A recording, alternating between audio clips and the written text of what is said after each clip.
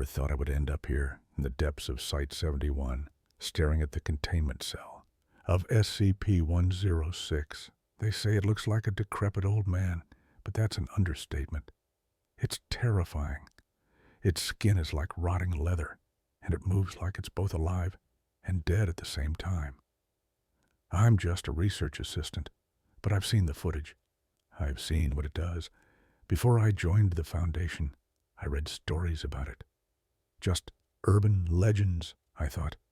An old man who could corrode anything he touched, who could vanish into walls and reappear wherever he wanted. I never imagined it was real.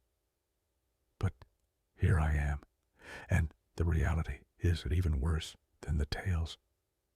Every day I watch the monitors, keeping a close eye on the secondary containment area. The lights are always on, flooding the space with over 80,000 lumens just in case it decides to emerge. But it's been quiet for weeks. Too quiet. I'm starting to wonder if it's playing game with us. Stay away from the cell, they said during orientation. It's not just a monster. It's a predator. It can sense fear, and it will lure you in.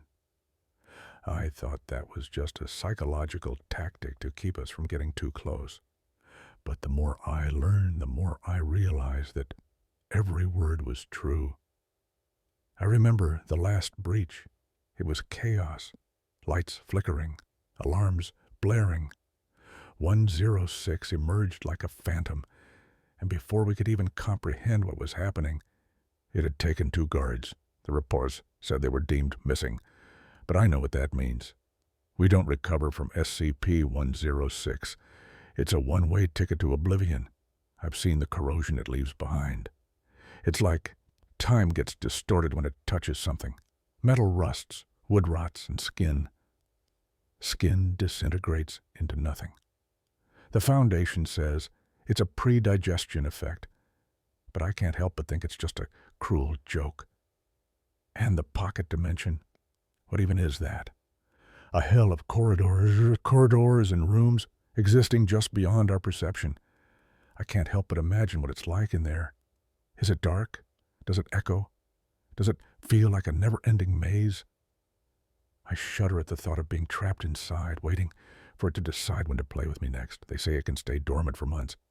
And when it wakes up, it's like a beast unleashed. I can't shake off the feeling that it's watching us, biding its time. I find myself glancing over my shoulder even when I'm in the break room, eating my lunch. Now, with the recent changes in containment procedures, the tension is palpable. They're talking about using lure subjects, those poor souls between the ages of 10 and 25. They're going to injure them just to get 106's attention. I can't believe they'd sacrifice lives like that, but I guess that's the nature of this place. We're all expendable in the face of such horrors. What terrifies me the most is the thought that it might escape again. If it does, I just hope I'm not here when it happens. But who am I kidding? We're all just waiting for the inevitable. I shouldn't have come to the Foundation. I should have stayed away from the dark corners of the internet where I first read those legends. But it's too late now. I'm in too deep, and I can't escape the shadows of SCP-106. Every day is a countdown, and I can feel it in my bones. It's only a matter of time before it awakens again. And when it does, I just pray I'm not the next one to vanish into its twisted realm.